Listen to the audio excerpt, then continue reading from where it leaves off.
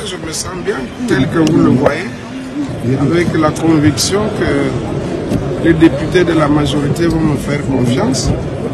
Ils savent qui je suis, ils savent qu'est-ce que je peux faire et qu'est-ce qu'ils peuvent attendre de moi. Et qu'est-ce que le peuple et le pays peuvent attendre de moi. Tout ceci derrière notre chef de l'État, Félix Antoine Tshisekedi Tshilombo. Sikoyo, officier, recrue, Monsala Oyo, Boyekoli Awa, ils allaient pour la défense et l'école Nabiso. Ils allaient pour la défense et l'intégrité territoriale de Mboka Nabiso. Il y a solo Boyebi, que Mboka ils allaient na Pokoso. Ennemi à côté de Biso Lisusu, na niveau ya Nord Kivu, et Sengeli, et Sika Bozali, après formation na Bino, Bokozala déployer pour la défense et la territoire na Biso, il y a intégrité territoire ya Biso. Moussa Oyebo Kamatango avec beaucoup de sérieux, beaucoup d'abnégation. Les alités que Bokei Liseki, Tokei pour la défense et l'école na Biso, pour battre la bande de la Biso, batata la maman na Biso, au Bazali comme on a passé. Le quoi la Munguna à côté de Bisso.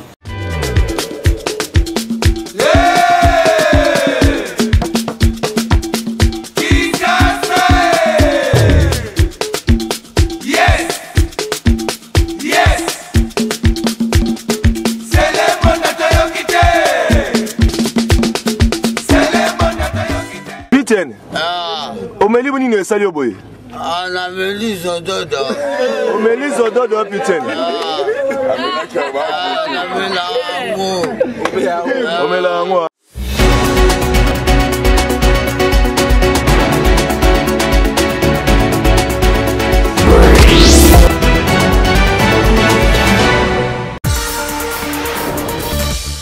Très heureux de vous retrouver pour une nouvelle session d'information sur votre chaîne, la PSB Mag.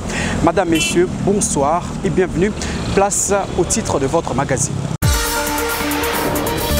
La fumée blanche reste toujours attendue ce soir au Palais du Peuple pour la désignation du candidat président de l'Assemblée nationale de la 5e législature pour le compte de l'Union sacrée de la Nation, prévue à 14 h.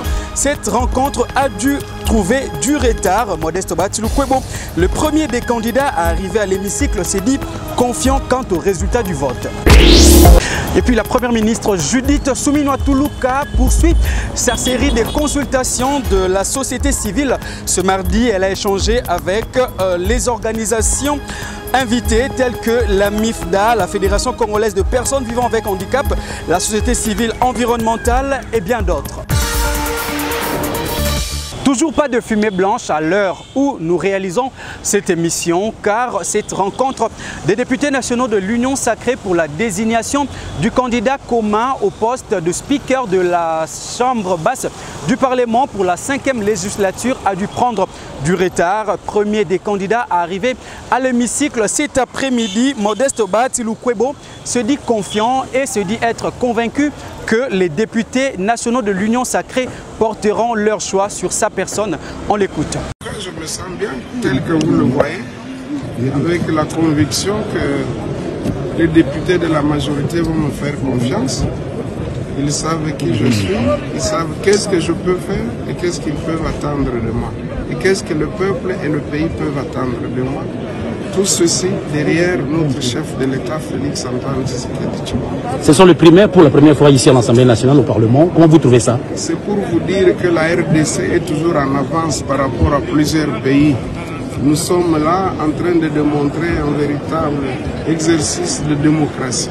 Je l'avais également annoncé dans le titre, la première ministre Judith Suminwa Tuluka procède aux consultations de toutes les couches de la population à l'hôtel du gouvernement, et ce conformément à l'ordonnance présidentielle numéro 21/002 du 1er avril 2024 portant nomination d'un premier ministre et l'article 90 de la Constitution du pays. Et parmi les personnalités ou les organisations non gouvernementales conviées à la rencontre de ce mardi, l'on note la présence de la MIFDA, la Fédération congolaise de personnes vivant avec handicap, la société civile environnementale, la REFESIA, le réseau de femmes candidates indépendantes et alliées, la GAAG-RDC, Attendez par là, groupe d'appui aux actions du gouvernement de la République démocratique du Congo.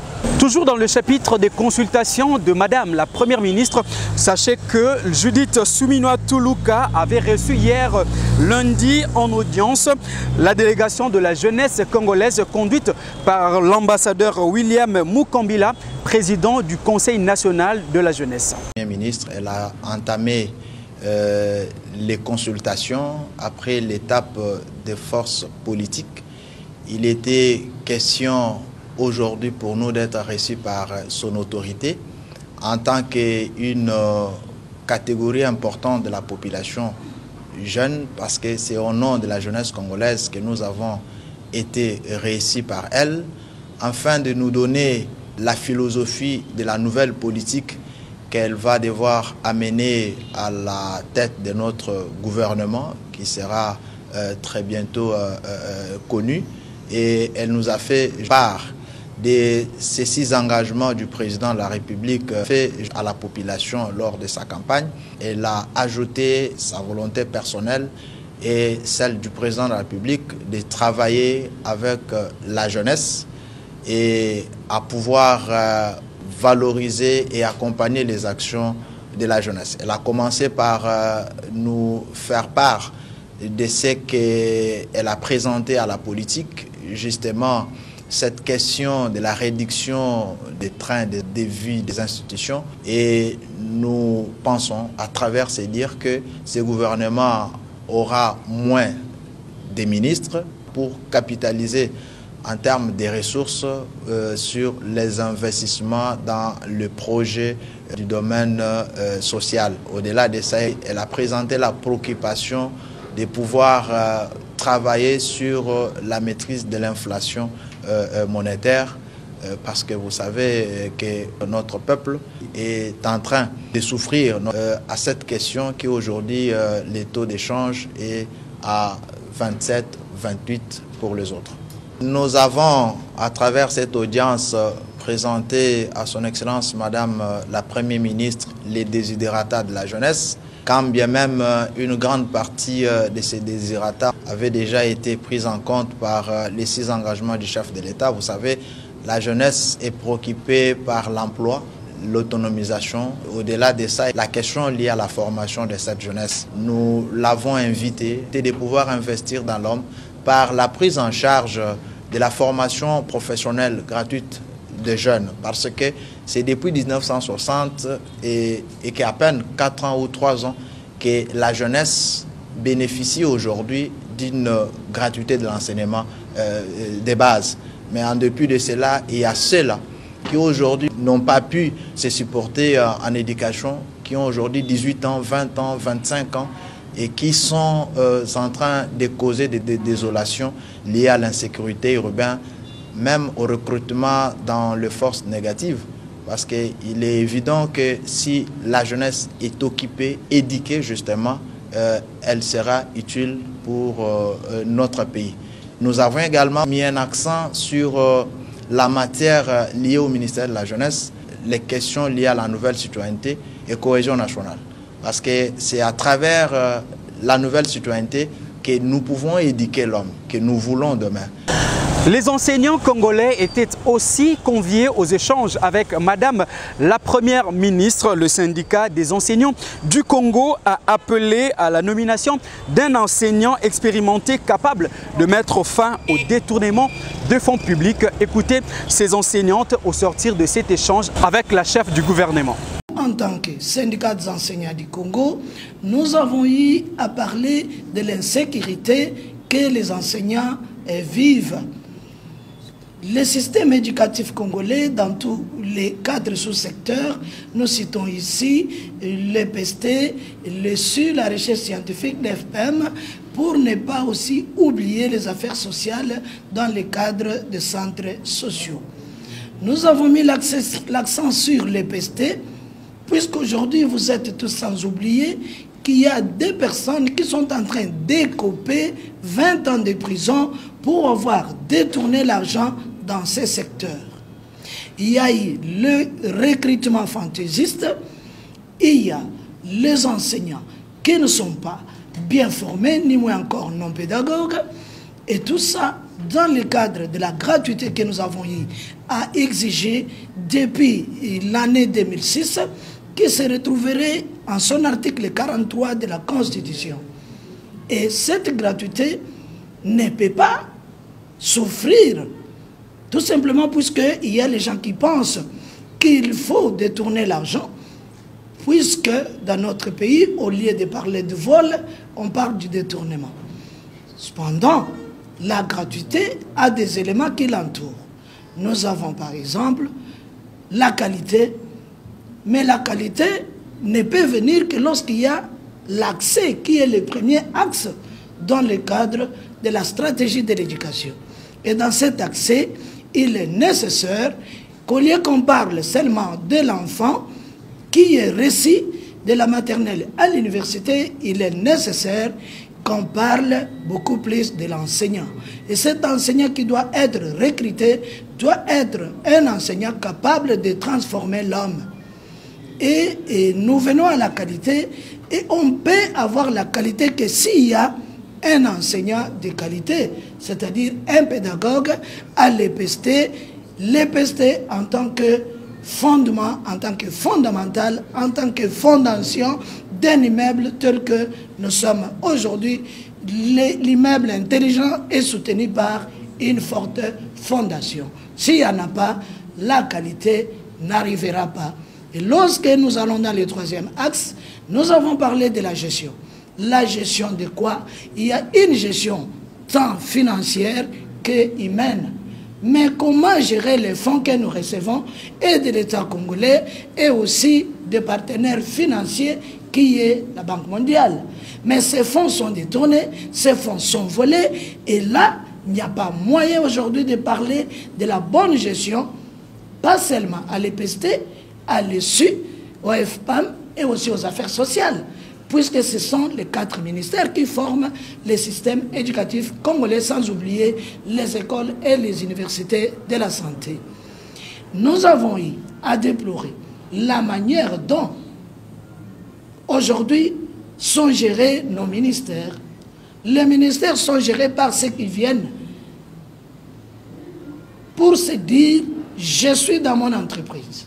Et dans cette entreprise, ne peuvent gérer avec moi que mes femmes, mes enfants, mes beaux-frères, mes frères ou mes sœurs ou encore mes parents. Cependant, la gestion des services publics est une gestion de la cité, puisque si la cité n'est pas bien gérée, messieurs, je pense qu'il y aura toujours des conflits sociaux qui ne nous amènera à rien.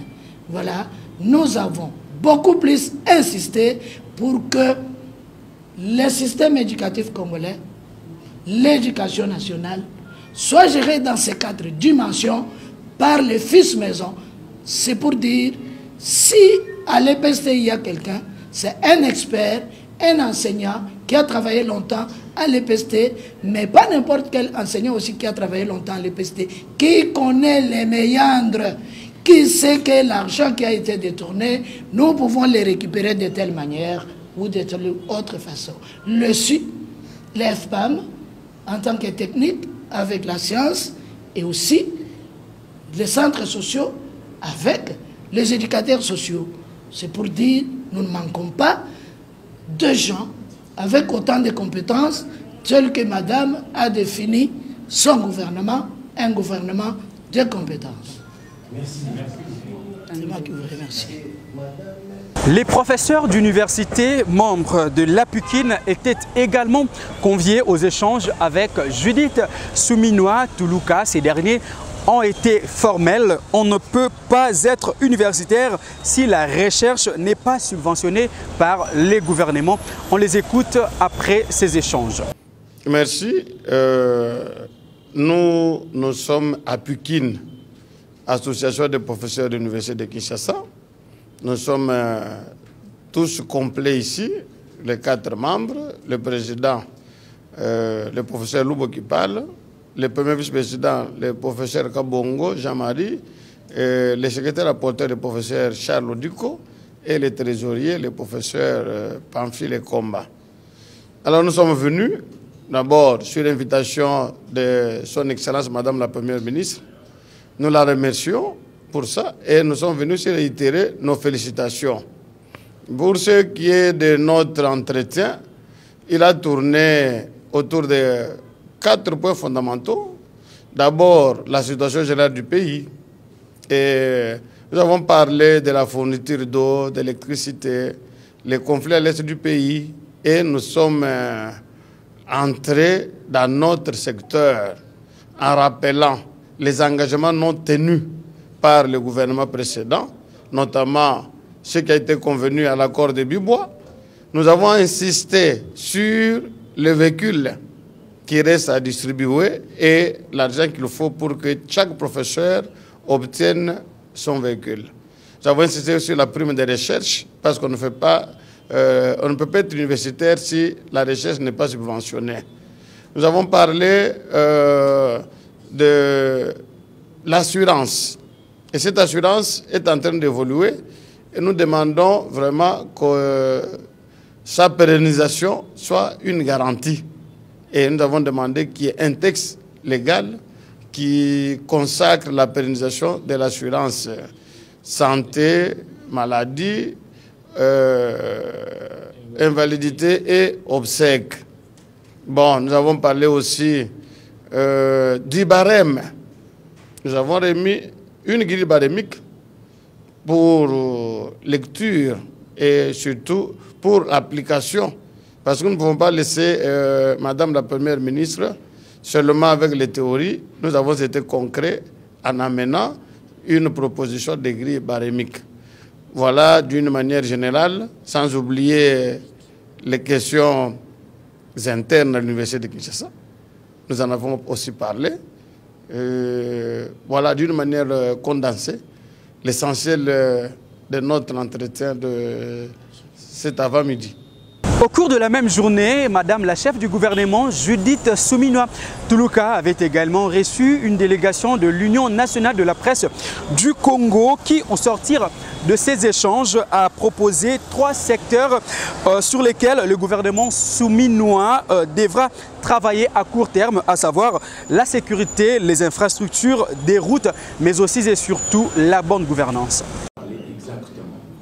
Nous tenons d'abord à présenter au nom de toute la presse congolaise nos félicitations à la maman qui a été nommée par son Excellence Monsieur le Président de la République comme première femme, Premier ministre dans ce pays. Et aussitôt nommée, elle a préféré rencontrer la presse à travers le comité national et les comités provinciaux que nous représentons tous 3 ici.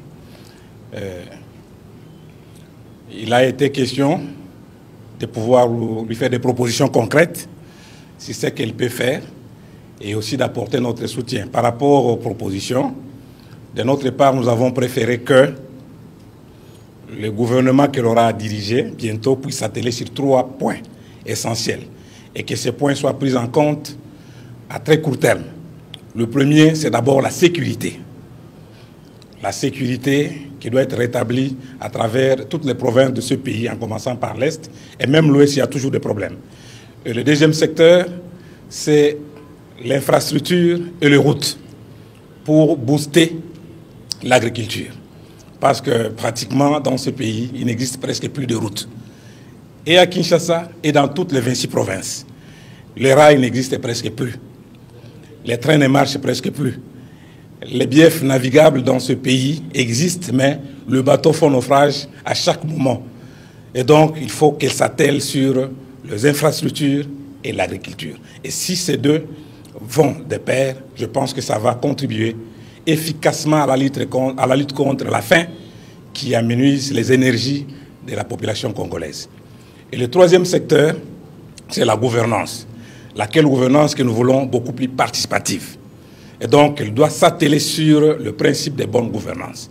Et pour y arriver, il faudrait qu'elle fasse de la communication de médias un secteur transversal. Parce que ce sont les médias qui doivent l'accompagner pour réussir tous ces secteurs.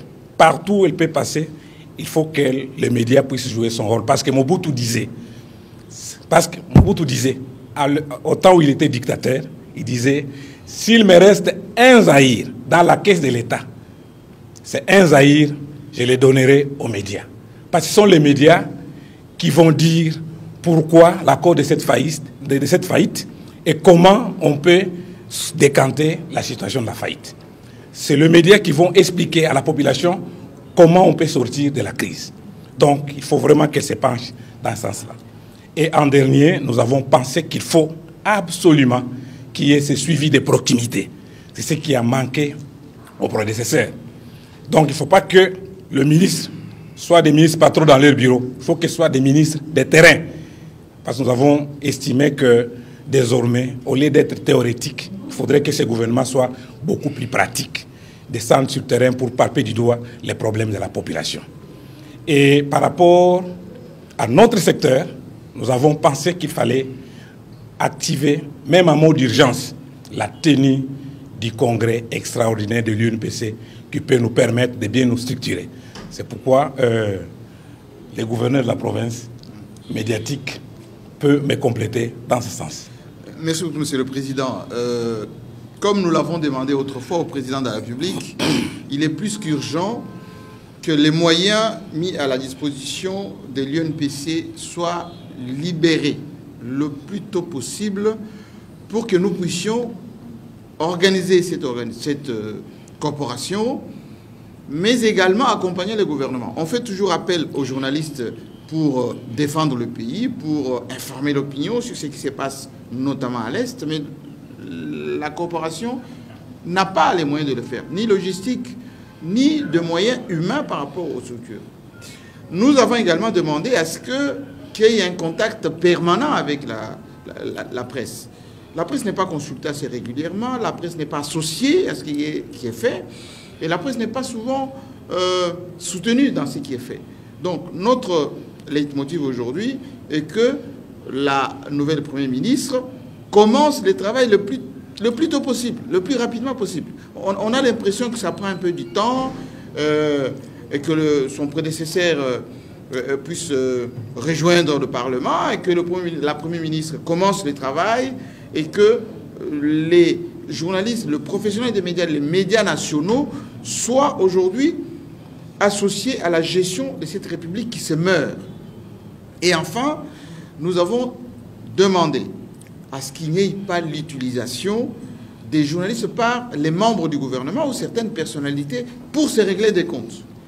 Ils mettent de l'argent, ils utilisent notamment certains membres de la corporation, et lorsque nous décidons de les sanctionner, ce sont eux qui viennent pour nous demander de ne pas le faire. Et donc, l'oreille de la Première ministre a été attentive, elle a pris l'engagement de correspondre souvent avec nous, de nous consulter les cas échéants, et nous demandons à ce que la presse de toutes les sections, là en tant que corporation au niveau de la ville de Kinshasa, et je parle au nom de mes collègues de chaque province, nous allons accompagner ces gouvernements à condition que nos desiderata, nos souhaits, ce que nous avons manifesté comme besoin, soient servis pour que les états généraux que nous avons tenus ici à Kinshasa, pour que la nouvelle loi soit effective et surtout appliquée. Voilà, mais nous serons vigilants sur la suite des choses. Si elle n'est pas la Première ministre dans la situation de s'émouvoir correctement, la presse sera la première à dénoncer cela. Alors, même en Swahili, on va le faire. Bon. Lingala suivi bon loba lingala. Mutayi lingala suivi bon loba lingala. Encore loba bien. Pour ça na muki. Moi résumé muki na lingala. So lingala je dois en fait. Ouais, on peut faire ça.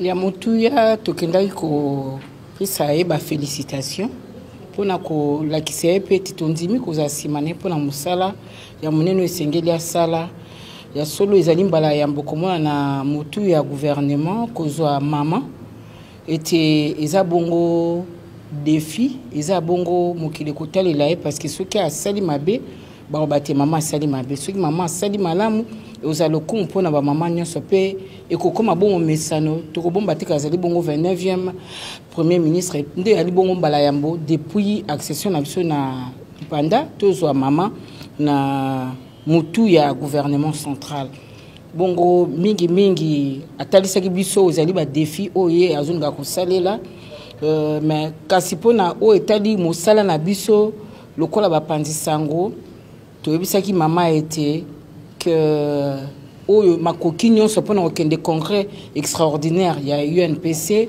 badémarche eza très avancé tokotela ye dès que akoti na ngwende na ye mpenza na azwi mpenza makasi ya mosala na ye nyonso akoka kotala lisu parce que makambo yango esi epusani mpo te na lombango nyonso biso toka kosala bongo congrès mpe abosana te toza na oyo babengaka aide à la presse to lisungi oyo ezali koya na nzela ya budget annexe eza lolombo te ezaka mpona koluka moyen ya kolongola kokitisa dépendance ya biso bapanzi sango vis-à-vis ya bagouvernant mais oyo tokosenga ezali bongo droit ezali esengeli esa ya mabongo mpo bande kosala mabongo mekatana tosengaki ye chaque fois ke akoki akanga porte te mpona média parce que média abotaka likambo te média akosala kaka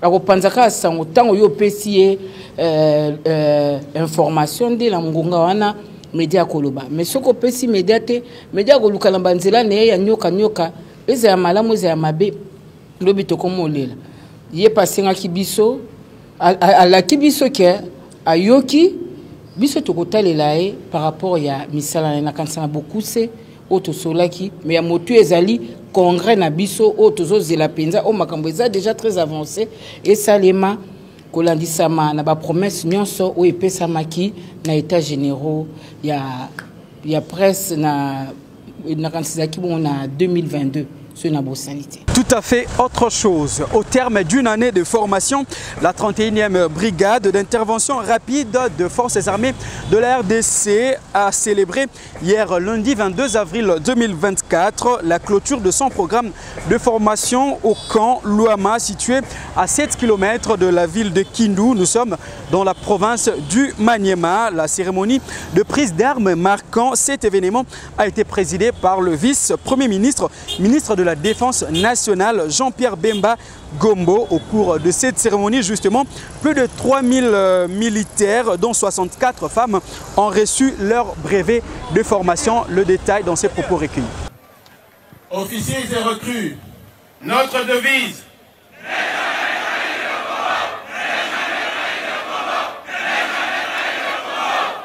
Merci. Je vais parler d'abord pour remercier le commandant suprême, son Excellence Monsieur Félix Antoine Tshisekedi Tshilombo,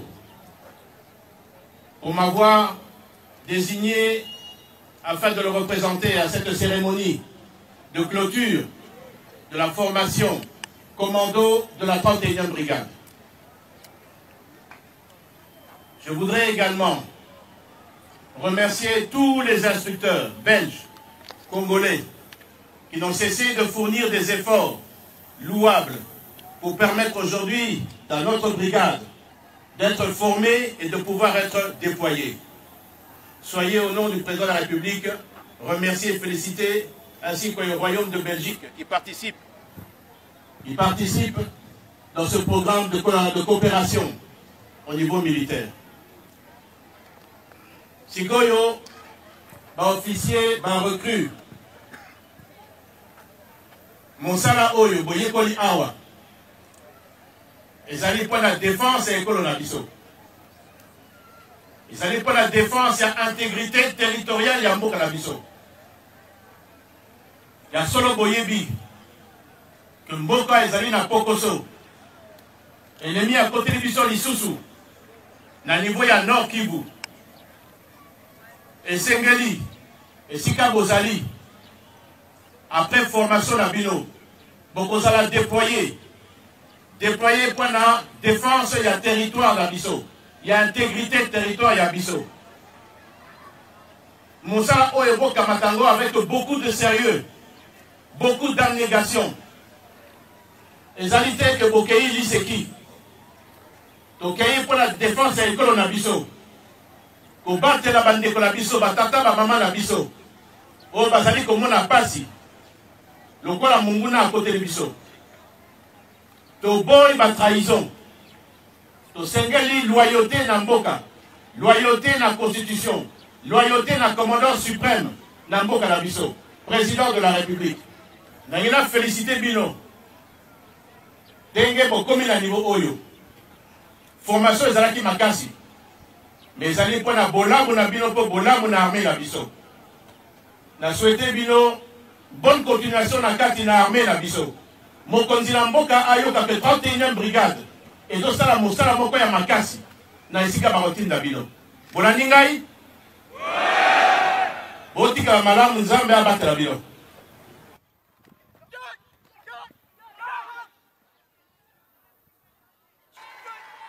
Et l'ambiance de la fin formation. Cette date est inoubliable. Une statue de 4 mètres en semi-marbre est implantée en plein centre-ville de Lubumbashi. Cette œuvre est dédiée à Papa Moufankolo. C'est le premier monument dédié à un artiste de la province du Haut-Katanga. La cérémonie de son dévoilement a été présidée par le gouverneur de cette province, Jacques Kiabula Katoué. Les artistes de la province du Haut-Katanga présents à cette cérémonie se disent fiers d'être honorés par le gouvernement provincial. Très heureux et très honoré par ce geste qu'a posé Monsieur le gouverneur, son Excellence, aujourd'hui, en l'honneur de Papa Moufankolo, l'icône du théâtre, l'icône de la comédie dans notre chère et belle province du Haut-Katanga. Et c'est un message très fort que le gouverneur a lancé en rapport avec tous les opérateurs culturels que nous sommes. Il a vraiment témoigné, il a dit tout haut de l'attention qu'il accorde aux comédiens, aux artistes, aux opérateurs culturels, et il les a encouragés à percer. Il a reconnu aujourd'hui que le travail qu'a abattu Moufankolo est un très grand travail dans l'éducation des ménages, des familles, de la société, et il nous a tous encouragés de continuer sur cette lancée. Il nous a promis de nous honorer et de nous accompagner dans toutes nos activités. Mais je dois l'avouer ici que depuis un certain temps, le gouverneur Kaboul, à travers son ministère de la Culture, le culturel se retrouve, ils sont considérés, ils sont invités. Ce que l'autorité provinciale vient de faire prouve à suffisance qu'il accorde une attention et une considération à la culture et à tous les culturels de sa province. Donc le gouverneur Saint-Vaillant, je suis derrière lui pour son deuxième mandat. Nous allons l'accompagner en tant qu'artiste. Parlons politique à présent. Les coordonnateurs du regroupement politique Rassemblement des alliés de Félix-Antoine Tshisekedi Tshilombo, Rafat en sigle, Monsieur Lisanga Bonganga s'insurge contre ceux qui insultent la veuve Marthe Kassalou Tshisekedi depuis peu sur les réseaux sociaux et partout à travers les médias. On l'écoute dans ses propos recueillis. Maman Marthe Kassalou est dépositaire du combat politique incarné par la cathédrale de la résistance. Nous avons cité notre héros national, Félix Tshisekedi Wamulumba, père de la démocratie, et fort de son abondante expérience de lutte politique. Ses conseils forgés sur la réelle politique auprès de tous ceux qui la consultent sont d'une précieuse utilité et ne peuvent qu'être les bienvenus. Par conséquent, le rassemblement des alliés de Félix-Antoine Tshisekedi Tshilombo condamne avec force les propos malencontreux, irrespectueux et souvent abusifs de certains acteurs politiques égarés et mal intentionnés à l'encontre de Maman Marthe Kassalou, propos de nature à porter atteinte à cette icône et idéogramme du parti qui constitue à ce jour une référence de la vision politique de son feu Marie-Etienne Tshisekedi Wamulumba. Laquelle vision fonde l'action politique actuelle de son Excellence M. Tshisekedi Tshilombo Félix Antoine, président de la République, chef de l'État. En tout état de cause, Maman Marthe Kassalu Tshisekedi mérite le respect et la considération de tous. Pendant ces temps, la dynamique de Jeunes Ronde invite les jeunes de toutes les associations socio-culturelles de la province du Lualaba à ne pas céder à la manipulation, mais à œuvrer pour la cohésion intercommunautaire. Ces jeunes ont félicité la gouverneure intérimaire Fifi Masuka Saini d'avoir apporté une transformation positive dans leur province. Ils l'ont fait savoir à travers un mémorandum adressé hier lundi.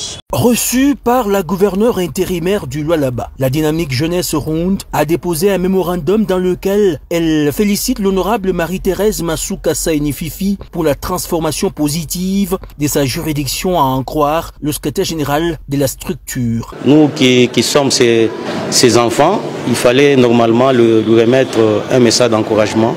Le président national de la dynamique jeunesse ronde, Adomou Sanchipeng, a pour sa part invité les jeunes de toutes les associations socio-culturelles à œuvrer pour la paix et la cohésion intercommunautaire pour le bien de la province.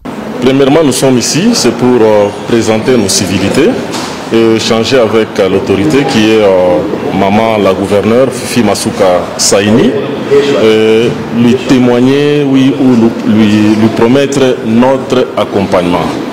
Peut-être profitant même de votre caméra pour appeler tous les jeunes vivant au Lualaba d'emboîter le pas, de voir autrement, d'avoir une nouvelle vision, une nouvelle mentalité pour voir comment est-ce que notre province du Lualaba va aller de l'avant. L'honorable Marie-Thérèse Masuka Saini Fifi a encouragé ces jeunes pour leur sens de responsabilité.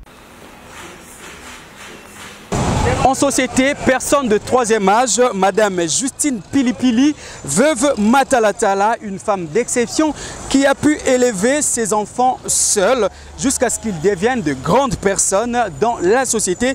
Nos reporters étaient en sa rencontre. Écoutez son histoire à travers ce reportage. Élever seule ses enfants n'est pas aisé pour une femme. Maman Justine Pilipili Maswaka, alors veuve, à 44 ans, a vécu dans une précarité sans précédent après la mort de son époux. Courageusement, la veuve Matalatala a vite trouvé son équilibre mental pour nourrir, scolariser et élever ses 7 orphelins.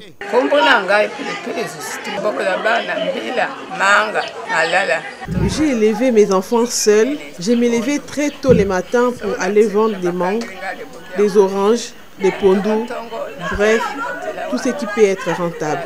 J'ai beaucoup souffert avec eux, mais grâce à Dieu, ils ont quand même étudié.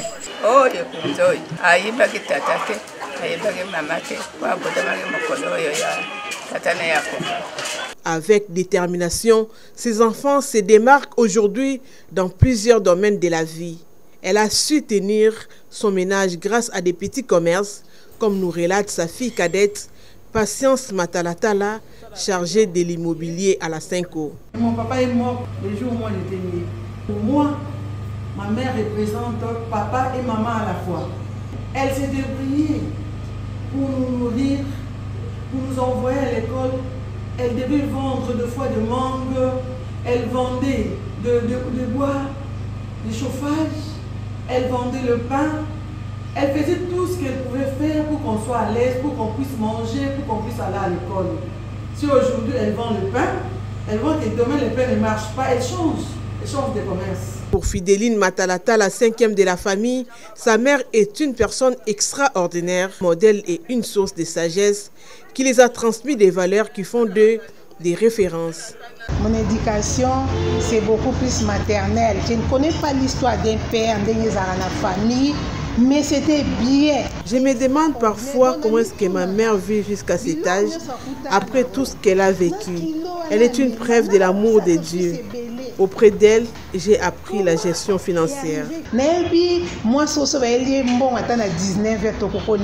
Une occasion pour son fils aîné, Mathias Matalatala, directeur des disciplines au complexe scolaire Les Loupio, d'encourager les femmes à l'auto-prise en charge.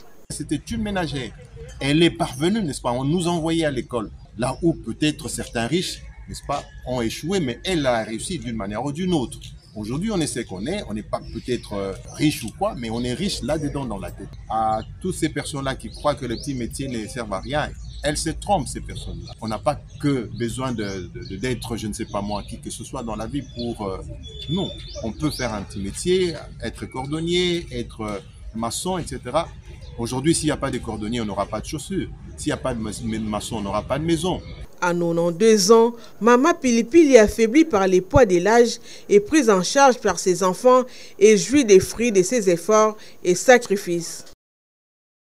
C'est par le score de 3-1 que l'AS Maniema Union a battu le Don Bosco dans le cadre de play-off.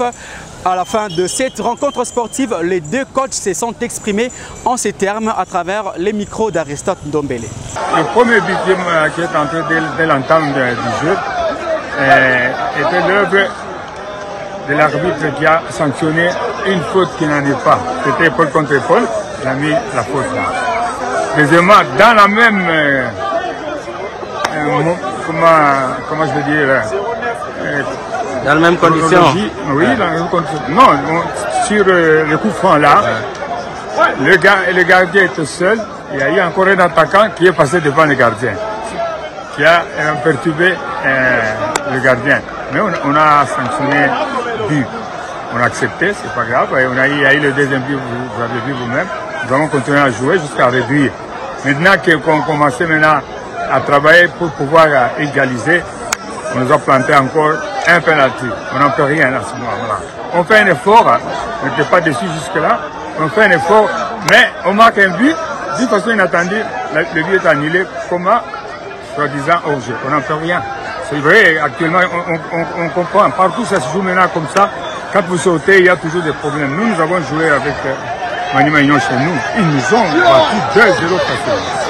Alors, on a reconnu ça. Il n'y a pas eu de problème des échappées. Mais ici, c'était autre chose. Le match, on pouvait le tuer en première période. On ne l'a pas fait. Et on a laissé revenir par une erreur du gardien. Il faut le reconnaître aussi. Ça, c'est l'erreur, c'est l'immaturité qu'on a et la jeunesse qu'on a. Voilà. Mais maintenant, je suis content aussi. En même temps, on a pris 3 points avec 2 buts de différence. Et ça va nous faire du bien au classement et au goal average. Maintenant, on a 10 jours à préparer, 9 jours à préparer les grands matchs. Voilà. Donc, c'est partager mes sentiments. C'est déjà la fin de cette session d'information. Place à présent au rappel de titre. Pas de fumée blanche ce mardi à l'Assemblée nationale. Cette rencontre prévue à 14 h a dû prendre du retard pour la désignation du candidat commun de l'Union sacrée de la Nation au poste de speaker de l'Assemblée nationale pour la 5e législature. Premier des candidats arrivés à l'hémicycle, Modeste Batiloukwebo dit être confiant quant aux résultats de vote. Et puis vous l'avez suivi dans cette session d'information, Judith Soumina Toulouka poursuit ses consultations de la société civile. Ce mardi, elle a échangé avec plusieurs organisations dont la Fédération congolaise de personnes vivant avec handicap. Voilà, cette session d'information touche à sa fin, vous l'aurez remarqué, il pleuvine à Kinshasa et il fait beau. Prenez soin de vous et de ceux que vous aimez.